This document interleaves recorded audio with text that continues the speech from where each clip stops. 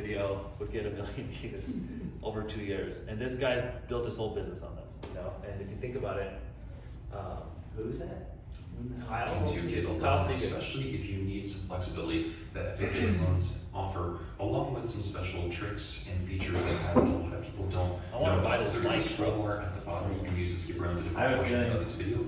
But I promise you, at the end of this video, you're going to know more about FHA loans than most home buyers, and probably more than a lot of loan officers. We're going to cover all the details you need to know to see if you can get approved for one, the steps to get approved for one, and if it's going to be the best option for you to move forward with it, or if you want to move forward with it. He does this the whole time, though. That's weird. I would have thought this would go away. First of all, it's not just for first-time home buyers. Yeah. Go to that girl, Jen Beeson, Jen. So, I mean, just one thing you guys do, when you find a YouTuber who's doing a good job, just like take notes on their titles. FHA requirements, new info. And I wouldn't say don't copy and paste, but you can make an FHA loan requirement video and just make it 8 minutes long. You know, his is 50, that's awesome, and I'm sure that's why it's crushing. He probably has the best 50-minute video on this, but you can make 50 fucking minutes. Who's gonna listen to that? Or that many views on a 50-minute video, it's amazing. But this is what freaking Carmichael told me. Yeah. The same shit. He said go 50 minutes, really? You hit record on that? On my phone.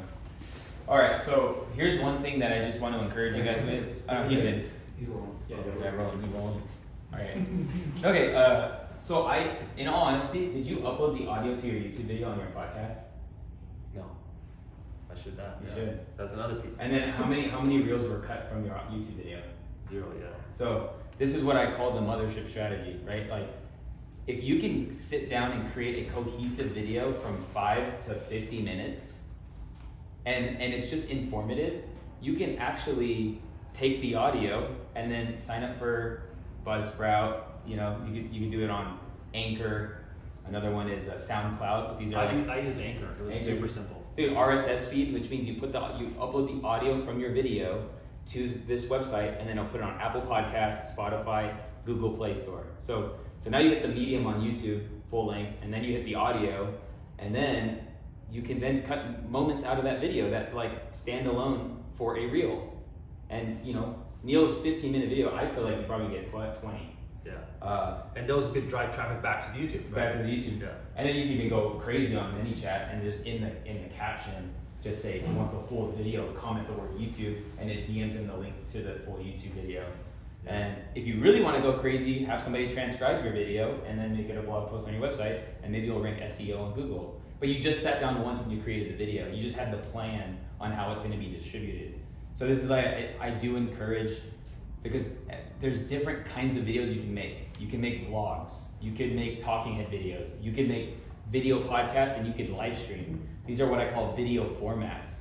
And if you can think of it, I like helping people start video podcasts because that way of thinking just helps you create.